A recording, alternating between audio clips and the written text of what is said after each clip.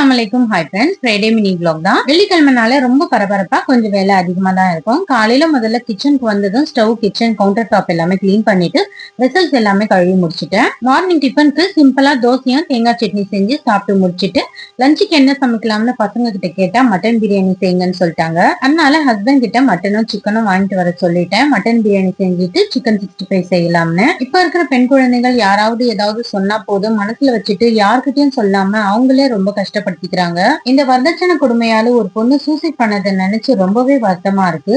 இன்னுமா இதெல்லாம் நடக்குதான்னு ரொம்ப ஆச்சரியமா இருக்கு.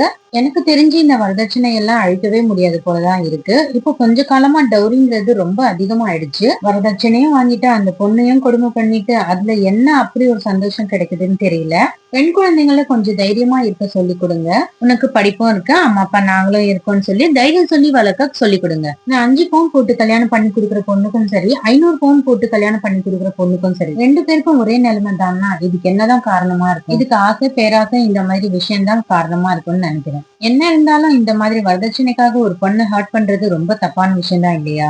இது ஒரு பொண்ணோட கதை இல்ல, ஒவ்வொரு பொண்ணோட கதையா தான் இருக்கு. அந்த பொண்ணுக்கு நடந்தது வேற யாருக்கும் நடக்க கூடாதுன்னு நான் கடவுள்கிட்ட வேண்டிக்கிறேன். இந்த மாதிரி நடக்கிற வரதட்சணை கொடுமையை பத்தி உங்களோட கருத்து என்னன்னு கமெண்ட்ல சொல்லுங்க. பிடிச்சிருந்துச்சுன்னா என்னோட சேனலை மறக்காம லைக் பண்ணிட்டு சப்ஸ்கிரைப் பண்ணிடுங்க. அடுத்த மினி வ்ளாக்ல பார்க்கலாம். Bye friends.